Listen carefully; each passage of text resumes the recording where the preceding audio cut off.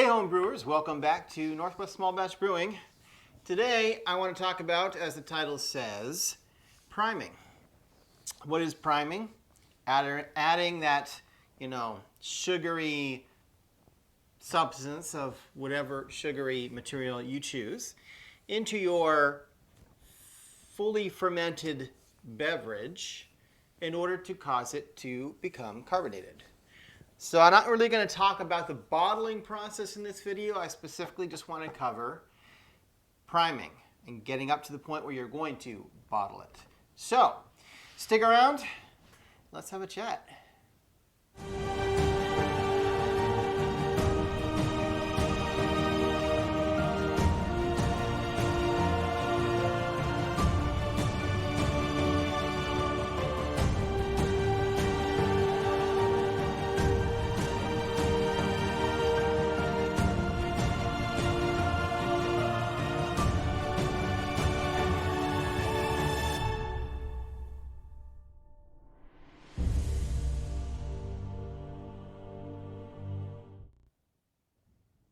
All right, so let's get started with priming. So I've got my laptop in front of me because you are going to need a tablet or a phone or something with an app or your computer. It'll help you out here, and then I'm going to give you what I do. So let's back up in case you're new to all this. So you finished fermenting your beer. It's in the fermenter bucket. You've taken your readings. You know it's finished fermenting. Now you want to bottle it up and you want to carbonate it. All right, so to carbonate it, you have to prepare your fermentation. Basically, your yeast has already eaten up all the sugar that's in your wort, your beer mixture, and it's converted it to carbon dioxide, into alcohol, and other things. So there's nothing left for it to eat, and it's kind of settled down, and you may not see anything except for a layer of yeast on the bottom and nothing really floating around. It may look clear. Even if it's clear, there is still yeast floating around in there in suspension that you just can't see. It's there, and it's just waiting for something to eat. So we're going to give it something to eat, and then we're going to cap the bottle. That way, it's going to eat whatever sugary substance we put in the bottle. It's going to start up again, and it's going to eat it and convert it to carbon dioxide and a little bit more alcohol. And that will trap the carbon dioxide and force it into your beer and give you a nice carbonation. So obviously the magic here is how much sugar do you need per bottle to get the right amount of carbonation. And that's always tricky because everybody likes a different amount of carbonation. The nice thing is that most websites, and the one I'm going to link in the description that I use on Brewer's Friend, has a chart that will tell you, depending on what kind of beer you make, here is the most common amount of carbonation that you would normally have in that kind of beer. So it really helps you. So I go out to Brewer's Friend. I have the website up here, and you can actually just Google beer priming sugar calculator, and there's a lot of websites out there that will give you their version of a calculator. The one on the Brewer's Friend that I use lets you use gallons or liters. So if you're doing metric or old school, US, don't get me started on why we're not on metric system here in the US, but either way, you put in whatever unit you're doing. So like, I'm going to give you an example. I'm going to be bottling my beer here shortly. I'm using this priming for that beer. So this is a real life scenario. So I've got 5 gallons of beer in my fermenter. I've really got 5.5, but half of it's going to be trub and dead loss. So it'll be 5 gallons. So I put in 5 gallons of liquid on the calculator. And then it wants to know how many volumes of CO2. This is where the chart comes in. If you scroll down, at least on this site, it will give you a chart and tell you if it's a stout, it's somewhere between 1.7 and 2.3 volumes of CO2. If it's a German wheat beer, it gives you another range. So it's got all these ranges, right? And if you're never really sure, you can always just go, well, it's either going to be an ale or a stout.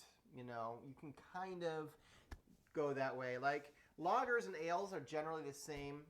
The one I'm doing, I'm not going to tell you yet because that video is going to post in a couple weeks here. But the one I'm doing is going to be, I'll just say I'm going to use the ale lager calculator. So 2.2 to 2.7 volumes of CO2. So let's say the maximum this says I can use is 2.7, right, is the recommended. So I'll put 2.7 as the volume of CO2 for an ale or a lager. And then it wants to know the temperature of your beer. Room temperature for me, because you have to leave it at room temperature. If you put all this, cap your bottle and stick it in the fridge, the yeast isn't going to do anything because it's going to be the cold from the refrigerator is going to cause it to go dormant and it's not going to eat the sugar. Leave it at room temperature. So in this case, my room temperature is about 68 degrees Fahrenheit. So I put all that in there. 5 gallons, 2.7 volumes of CO2 based on the highest possible range it gives me for an ale, and temperature, room temperature, 68 degrees. It tells me that if I use table sugar, I need 4.9, so basically 5 ounces of table sugar. Guess what? I don't really use a calculator anymore because I've just learned that for me, you need about an ounce per gallon of table sugar to carbonate your beer. So that's why it's saying 5 ounces. 5 gallons of beer, 5 ounces, 1 ounce per gallon. And like I say, that can vary, right? Because if I want to go on the very lower end, so the lower end said, I think, what, 2.2 for an ale, 2.2 volumes of CO2 per gallon. And if you bring up the website, this might make more sense. You can follow along. But so if I change it to 2.2, instead of putting 5 ounces of sugar, it's telling me to put in 3.5 ounces. It's less, right? So part of this is just trial and error on what you prefer. You might want, if you think it's got too much carbonation when you do it for your first time, the next time you do your beer, put in a little less. You know, find the happy place for you. For me, an ounce per gallon is pretty good. So let's talk about what kinds of sugary substances can you use to ferment, ferment, but to carbonate or prime your beer. Pretty much anything that's sugary can be used. However, not all sugar is the same when it comes to your yeast.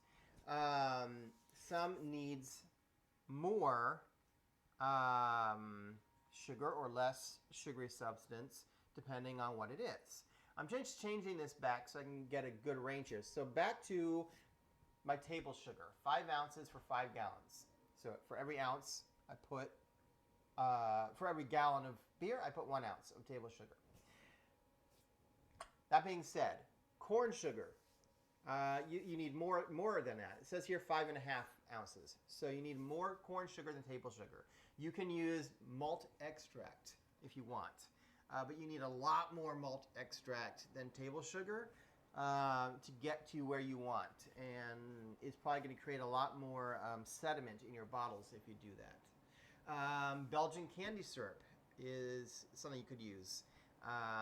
Again, you need a lot more Belgian candy syrup or sugar, either way, than you would table sugar to get your carbonation where you want it. They've got stuff here I've never even heard of. Black treacle? I may not even be saying that right. I don't know what that is. Some kind of sugary substance. Brown sugar. Corn syrup. Demerara? I don't know what that is. I'm not going to try to say it again. Honey. Obviously, you need more honey because it's not as sweet as sugar. Maple syrup, molasses, rice solids. That doesn't sound good. I don't want that in my beer. Sorghum syrup, turbinado. There's lots of options, basically. And this calculator lets you choose from a lot of different, sugar options. My suggestion is if you haven't used any of these and experimented with them, try to stick with table sugar. Now, I do an invert sugar. What's an invert sugar? So table sugar is sucrose. It will work if you just take, if I took 5 ounces of table sugar, poured it into my fermenter and stirred it a bit till it dissolved, it would work. I've done it before. It does work. But it works better if you put it on the stove with a little bit of water and mix it until it dissolves. Let it cool and then pour it in your bottling bucket.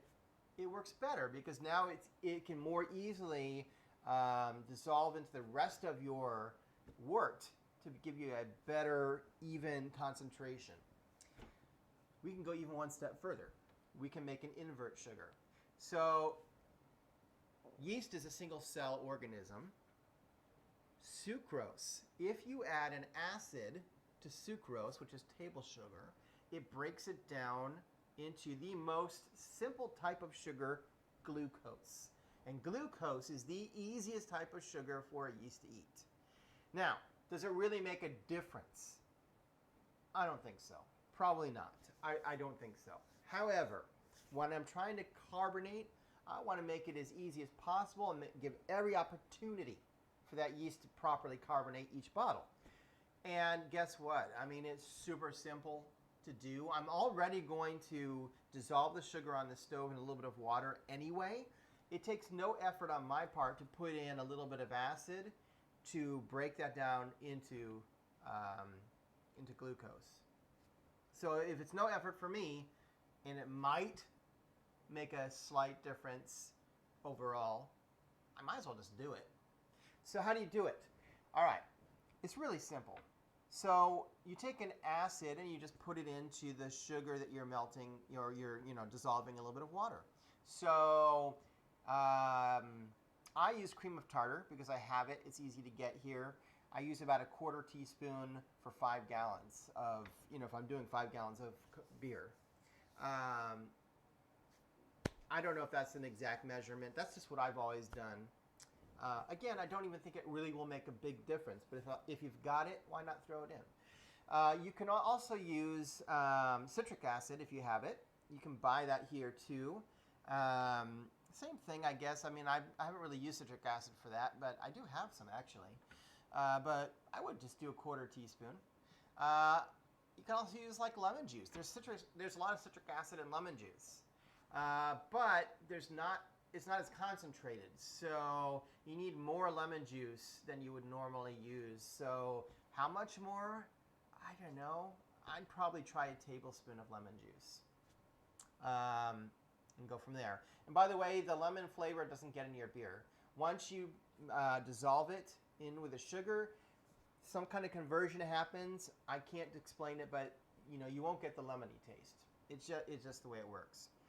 So all you're going to do is put that on a stove, dissolve it, and then once it cools down, you're going to pour it into a sanitized bottling bucket. If you need to use a scraper, you can do that. Just make sure it's sanitized. And then you're going to gently, however you want to do it, siphon, or I use a spigot and a tube. However you do it, gently move the beer from the fermenter into the bottling bucket that has that sugary substance in it. I've had a recent experience where either the priming sugar didn't really mix as thoroughly as I had wanted it to, or it might have been just the bottle caps didn't cap. But either way, I would suggest gently with a metal spoon, not wooden, please don't use wooden, a metal spoon, gently stir your wort in the bottling bucket. Don't splash it. Just gently stir it to help all the sugar that's in the bottom of the bucket sort of mix in and make sure it's nicely mixed. Don't go crazy. Don't make a whirlpool. Don't get vigorous. We don't want to oxidate the beer. Just do it nice and gentle. Don't go crazy. All right? And then you're ready to start bottling. And then each bottle should have the right amount of sugar in it. Now, there are some people that put a small amount of sugar in each bottle. You can do that. I'm not going to cover that because I found that it's not as good, because it's too easy to have the wrong amount of sugar in each bottle, and then it's also, if you're using just sugar and you're not dissolving it first, It maybe won't dissolve as quickly or as easily in the bottle when you put the beer. I just think overall, the tried and true method, if you do some research, this is the tried and true method. You want to dissolve the amount of sugar you're going to use in some water, let it cool, and then mix it into the wort. That gives you a better all-around, consistent amount of sugar throughout the entire, batch. So I've talked way too much. We're going to go to the kitchen, and I'm just going to show you how I do it. It's so simple. I probably don't need to, but why not? I'll take you in the kitchen, and we'll get a batch set up for my beer that I'm going to bottle. So I will see you in a moment. All right, guys. So hopefully you can see me. Let me step to this side. So it's so simple. I have here, I don't know if you can see this, but I have 5 ounces of sugar. 1 ounce for every gallon of beer that I'm making. And I have here, well, let's start with this. Cream of tartar. Cream of tartar. Like I said before, you could use citric acid or lemon juice or something like that. I'm just going to do a 1/4 teaspoon. You really don't need a whole lot. So there you go. 1/4 teaspoon of cream of tartar. Simple, right? That's why I said if I've got it, I might as well just throw it in. And water. This is 1 cup. I don't usually measure it, but I thought for you guys just to see. And I'm just going to eyeball it and see. I may not even need... Yeah, I'm going to use it. So 1 cup of water to 5 ounces of sugar. I'm not going to use a wooden spoon. I'm just going to use like a spatula, silicone spatula. We'll turn on the heat. Remember, you don't want it to get too hot. You don't want it to burn. You just want it to dissolve. And this could take, up to 20 minutes, but it doesn't have to take 20 minutes. Whatever it takes for it to dissolve and for it to turn clear. So it's going to look like water with no sugar in it when it's done and dissolved. Then I'm just going to set it aside and let it cool for an hour or two. And then that's it. That'll go in the bottom of the bottling bucket. The beer, your wort will go on top of that. Gently mix it all in.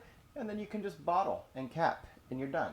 So, if this was helpful, I'd appreciate it, of course, if you hit the like and subscribe and all that stuff. And we'll see you next time. Happy brewing.